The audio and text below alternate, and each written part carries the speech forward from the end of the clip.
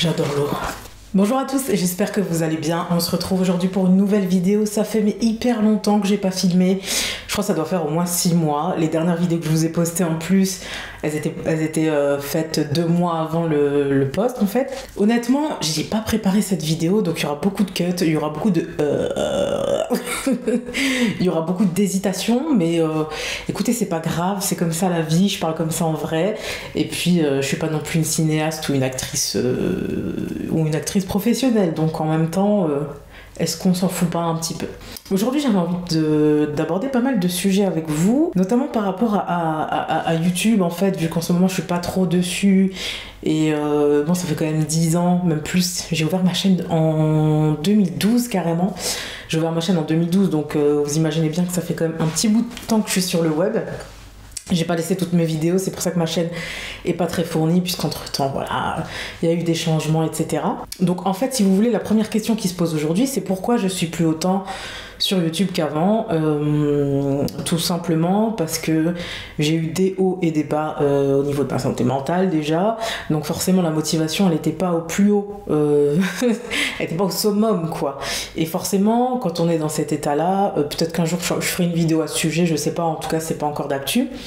Mais quand on est dans cet état-là, on n'a pas spécialement de motivation pour vivre tout court, donc forcément faire des vidéos c'est un petit peu plus compliqué. Quand on n'est pas bien, on n'a pas spécialement envie de se montrer, on n'a pas spécialement envie de faire les choses tout simplement. Et si déjà on arrive à exécuter les tâches, les tâches journalières toutes simples, toutes basiques, toutes... on va dire les tâches primaires, quoi, c'est déjà pas mal.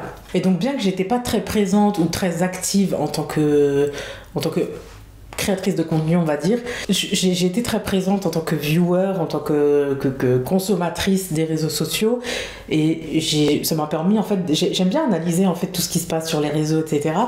Et si vous voulez, en fait, j'ai remarqué que il y a beaucoup de choses qui ne me convenaient plus. Et avec mon évolution actuelle, parce que ça fait quand même depuis la pandémie que moralement c'est pas trop ça, et donc forcément j'ai plus les mêmes priorités qu'avant. Le make-up c'est pas non plus toute ma vie, j'en achète plus tout le temps. Je me suis remise en question sur plein de choses également, sur le paraître, sur ce qu'on sur ce qu'on fait, enfin sur le paraître, sur ce qu'on veut projeter en fait à l'écran. En fait, on a toute une gloire du paraître parfait, des routines parfaites, de la nourriture parfaite aussi, du mode de vie parfait. On en vient en fait à se dire mais attends, j'ai un problème, je crois. Sincèrement, je me suis dit, mais est-ce que j'ai un problème? Et en fait, à force de consommer les réseaux sociaux et de regarder, je me suis dit, mais en fait, c'est bête parce que dans tous les cas, ces gens-là, ils vous postent allez, 10% du meilleur de ce qui se passe dans leur vie. Et on peut pas se dire que ces gens-là vivent comme ça tout le temps. C'est pas possible. C'est pas vrai, en tout cas. Nous, on voit pas en fait ce qu'il y a derrière la caméra, ce qu'il y a dans les vies perso, etc. Et forcément, moi je me compare pas en tant qu'adulte, mais je sais que ça peut, par exemple, pour des gens qui mangent équilibré ou qui sont très organisés, alors c'est pas du tout mon cas, moi, personnellement je suis pas du tout organisée pour un sou, ça pourrait faire culpabiliser certaines personnes vulnérables, notamment les enfants. Enfin, quoique j'ai remarqué que les ados, ils prennent beaucoup de recul sur les réseaux sociaux par rapport à notre génération, à nous, on va dire les trentenaires, je sais pas comment on les appelle, mais ils sont pas très... j'ai remarqué qu'ils sont pas très présents. Enfin, c'est un constat, dites-moi si j'ai raison, si j'ai tort. Bon, si vous voulez, je me suis rendu compte qu'avec ce culte du parfait, ce culte de la vie bien organisée, ce culte de l'entrepreneur qui se fait 100 000 euros rien qu'avec son téléphone, avec ce culte de la personne qui mange healthy H24 et qui fait du sport tous les jours, etc. Je dis pas que c'est pas bien, hein, au contraire, ça peut motiver beaucoup de monde, mais dans un sens, ça peut être toxique dans le sens où ça peut en faire culpabiliser certains et que beaucoup finalement consomment ces contenus sans finalement agir derrière. Ça va augmenter en fait une dose de mal-être, parce qu'ils vont se dire je regarde ça, j'ai envie de me motiver, etc., mais j'agis pas. Et ça peut être un cercle vicieux, même s'il y a des choses qui peuvent être très bien. Et en fait, je me suis rendu compte de ça, et malheureusement, on manque beaucoup de contenu plutôt plus simple, plus vrai, plus brut de pomme, si vous voulez. Et moi, de mon côté, pour en revenir à moi, forcément, je me retrouve plus en fait dans tout ça, dans ces tutos maquillage, dans ces hauls à outrance pour enfin voilà, je veux dire, en plus c'est l'inflation quoi, on a plus de thunes, on est fauchés, punaise. Non, déjà pour finir le mois c'est une galère, donc franchement j'ai l'impression que tout ça c'est un peu déconnecté de la réalité, et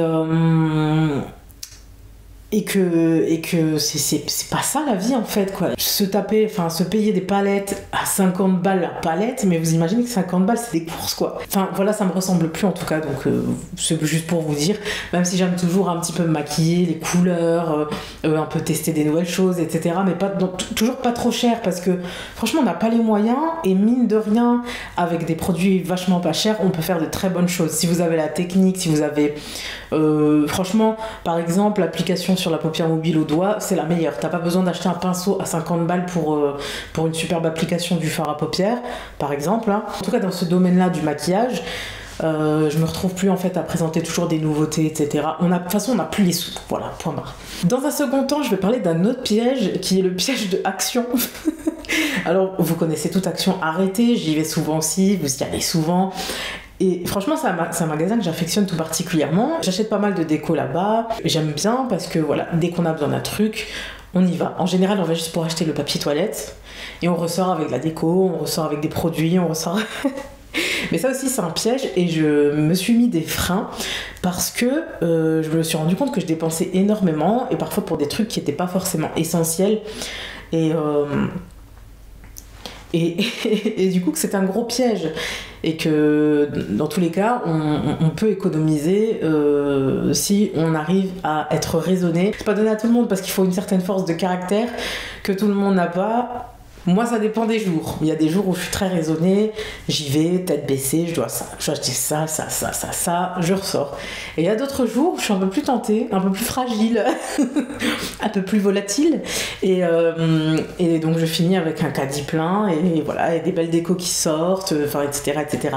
Et du coup, j'essaye un petit peu de m'extirper de ce piège-là, de l'achat un peu compulsif, qu'on peut avoir quand on va chez Action, et parce que c'est un magasin où les choses sont pas chères, qu'en ce moment on a des budgets limités, et que forcément on n'a pas toujours l'occasion de se faire plaisir, et on finit par se faire plaisir avec des trucs pas chers. C'est normal, et c'est logique, puisque en ce moment c'est compliqué. Donc qui n'a pas envie de se faire plaisir avec un petit truc de temps en temps? Franchement, je sais pas. Et du coup voilà, c'est pour ça, j'y vais de moins en moins. Et puis donc du coup forcément ça fait moins de contenu à proposer. De toute façon, après voilà, hein, il faut toujours trouver du contenu sympa à faire. Et en ce moment, voilà, j'avais pas l'envie. Et j'étais plutôt dans une optique de remise en question. Bon, et suite à ça, franchement, je me suis dit, est-ce que j'ai du contenu à proposer? Est-ce que j'ai vraiment une valeur ajoutée? Est-ce que j'ai ma place, etc. Et en fait, je me suis dit que c'est des questions peut-être que j'avais même pas à me poser. En fait, parce que en fait, tout le monde a sa place. Tout le monde a sa place partout, tout le monde a sa place sur les réseaux sociaux, tout le monde a sa place dans le commerce, tout le monde a sa place pour tout en fait. Et en fait, je me rends compte qu'on est plusieurs, je suis pas seule, hein, qu'on se met en fait des chaînes, on se met des chaînes, on se bloque, on se braque, et finalement on n'avance pas. Au lieu de faire les choses petit à petit, et puis après les choses elles vont arriver au fur et à mesure, etc. En fait, on a un peu ce petit côté perfectionniste, on a un peu ce petit côté protocolaire, etc. qui fait que on a toujours envie de proposer des choses claires, précises, bien travaillées, bien je sais pas si je l'ai dit, mais bien construit. Je sais pas, même si je suis pas construite en fait, et j'ai toujours envie de proposer quelque chose de qualité, notamment au niveau de l'image, etc. Et franchement, je me mets beaucoup de freins alors que c'est pas le plus important, et que j'en ai déjà parlé dans d'anciennes vidéos, mais en fait c'est des choses qu'on n'arrive pas dont on n'arrive pas à se détacher comme ça du jour au lendemain, et ça reste ancré. Ouais, et donc pour moi, proposer des photos de mauvaise qualité, enfin des contenus visuels de mauvaise qualité, ça ne me ressemble pas, et donc du coup ça me frustre si je le fais. Mais en même temps, si je fais pas un minimum de contenu, même si on va pas dire médiocre, même si c'est plutôt dans le politiquement correct, on va dire, j'ai du mal en fait, et je suis beaucoup trop sévère avec moi-même à ce niveau-là et pas sur d'autres choses. Et du coup voilà, ça me met des freins, et donc je me retrouve à rien faire, tout simplement. Voilà, vous avez le fin mot de l'histoire. Et donc c'est comme ça que j'ai perdu beaucoup de temps sur les réseaux sociaux, en observant. Voilà, en observant. Bon, en même temps ça m'a permis de me faire mon avis, hein. Bon, c'est comme quand on fait une étude de marché finalement, hein. On regarde ce qui se fait pas, ce qui se fait plus, enfin bref. Mais je pense de toute façon que de plus en plus les gens se rendent compte que les contenus un peu trop lisses, scénarisés, etc., faut se dire que c'est un peu comme un film qu'on regarde et que c'est de la fiction, en fait. C'est un peu comme un scénario, c'est scénarisé, les choses sont mises en place, tout est parfait, il faut que tout soit coordonné. Et pour moi, ça peut être, je dis pas que c'est un contenu dangereux, mais ça peut être problématique, dans le sens où on a quand même des jeunes adultes, parce que normalement les enfants n'ont rien à faire sur les réseaux sociaux, mais on a quand même des jeunes adultes qui sont confrontés à ce contenu et qui vont se dire, ou même des adultes en fait, hein, et ils vont se dire je vous agressais. Et même des adultes qui vont se dire mais en fait ma vie c'est de la merde. Concrètement, et je pense qu'il y en a beaucoup qui se disent ça et qui vivent peut-être dans des situations précaires, qui galèrent, qui se battent tous les jours parce que c'est pas évident, hein. Il y a toujours des moments dans la vie où on a un peu moins de chance, où on est confronté à des épreuves et on est au plus bas. En fait, on se prend ce contenu en pleine face et ça peut être douloureux, je pense. Même si ça peut faire rêver ou ça peut donner des ambitions, ça peut être bien pour ça. C'est bien d'avoir des ambitions. Je pense que c'est bien d'avoir des ambitions, c'est bien de vouloir aller plus loin, mais je pense que même si on n'arrive pas à atteindre nos objectifs, ça veut pas dire que notre vie elle est merdique et qu'on n'a pas réussi, en fait. Il y a peut-être des choses qui nous sont prédestinées, d'autres pas. Et je pense qu'il faut l'accepter et que peut-être on doit vivre comme ça et on doit être confronté à toutes nos épreuves, à toutes nos failles, à tous nos problèmes, et puis que c'est comme ça finalement qu'on avance et qu'on grandit, et puis c'est tout. Voilà, on n'est pas obligé de tout avoir du jour au lendemain, on n'est pas obligé d'avoir une bête de voiture, on n'est pas obligé d'avoir une bête de maison, on n'est pas obligé d'être dans les normes en fait qu'on veut nous imposer, parce que finalement, moi j'ai remarqué en tout cas dans notre société, c'est qu'on finit par vouloir tellement de choses qu'on devient esclave en fait de ce qu'on possède. Et si vous voulez, en fait, on finit par travailler uniquement pour continuer à entretenir ce qu'on a déjà ou avoir plus d'objets enfin, je sais pas comment mettre en place ça. En fait, j'ai remarqué que dans notre société, on travaille pour dépenser notre salaire, pour finir la fin du mois sans arrond. En fait, on est esclave de ça et c'est un rythme qu'on doit soutenir. Et au final, on est comme des hamsters en fait qui tournent dans les roues et puis hop, ça recommence. Et j'ai l'impression un peu d'étouffer dans ce système-là, personnellement en tout cas.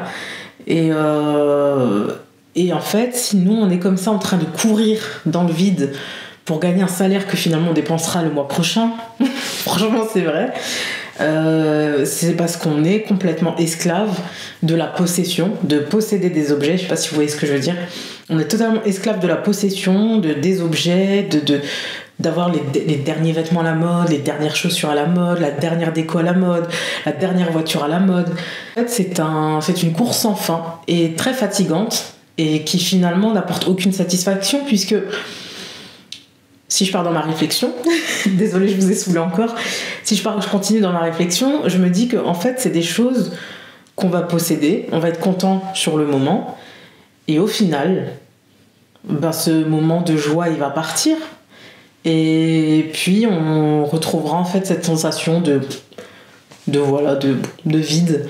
C'est un vide qui aura été comblé pendant quelques temps, Et puis qui reviendra puisque le problème de fond ne sera pas traité. Et voilà, en gros, si vous voulez, je me reconnais plus en fait dans tout ça. C'est que je m'identifie plus à tout ça. En fait, je me reconnais plus dans le côté matérialiste. Même si, voilà, je vis normalement comme tout le monde. Hein. Je suis pas non plus dans une grotte. Je suis pas non plus dans une grotte toute seule dans mon coin. J'ai l'impression que j'ai ouvert les yeux un peu sur un système qui me convient pas. Enfin, ceci dit, j'aime toujours les belles choses, j'aime toujours les beaux vêtements, etc. Mais ce besoin toujours d'être à la mode, ça fatigue, quoi. Franchement, vous trouvez pas ça fatigant entre nous ? Toujours devoir renouveler sa garde-robe parce que un tel truc est plus à la mode, machin. Enfin, je sais pas, moi, après... Dites-moi si je me trompe, mais je trouve ça hyper fatigant, quoi. Enfin, limite, ça fait partie de la charge mentale. C'est ça un peu qui m'a aussi démotivée de créer du contenu. J'ai pas envie d'être la cause d'une personne qui dépense son argent qu'elle a peut-être pas. Je sais pas si tu vois ce que je veux dire. Et ouais, et après aussi, j'ai un gros travail à faire sur moi-même, même si j'ai quand même 37 ans, les amis. J'ai encore beaucoup de choses à revoir, je dois aussi avancer et j'ai trop réfléchi. Franchement, entre nous, j'ai trop réfléchi, donc du coup j'ai pas avancé et là je pense qu'il est temps que j'agisse, et c'est pour ça que je prends la caméra aujourd'hui, parce que je me dis vaut mieux prendre la caméra, peut-être parler de ce que tu ressens même si c'est pas structuré, et puis ça ira tout seul après, quoi. Voilà. J'ai tellement de choses à faire encore. J'ai besoin de perdre du poids parce que ma santé ça va pas trop. J'ai besoin de voir des choses, de me recentrer, de me reconnecter un peu à la nature, ressortir un peu, parce qu'après la pandémie on est devenu casanier. Franchement, ça a créé un truc de malade. Alors je sais pas si vous ressentez la même chose que moi, mais dites-moi, depuis la pandémie la vie n'est plus comme avant. Franchement, je me reconnais plus, et je reconnais plus rien, voilà, tout simplement. Et je pense que c'est ça qui a fait que de fil en aiguille j'ai décroché. Bon voilà, il fallait que je fasse une petite vidéo parce que faut que je me lance, faut que je me relance, si on peut dire ça comme ça, et puis ça me fera avancer. Et puis peut-être que le fait de parler avec vous devant une caméra, ça me fera avancer, ça me fera évoluer, et puis si on peut partager des pistes de réflexion, ça serait sympa aussi. J'aurai pas une chaîne structurée, tant pis, ça plaira pas à tout le monde, mais je posterai ce que j'aurai envie de poster, et puis c'est tout. Du coup, j'espère que cette petite vidéo blabla vous aura plu. Si vous avez des choses à dire sur ce qu'on a partagé aujourd'hui, n'hésitez pas, je me ferai un plaisir de vous répondre. Voilà, c'est tout pour cette vidéo. J'espère que ça vous aura plu. Je me suis perdue dans mes réflexions, mais j'espère que vous m'aurez comprise malgré le manque de structure. N'hésitez pas à liker si vous avez aimé, à vous abonner. Et puis on se dit à très bientôt et je vous fais d'énormes bisous. Ciao!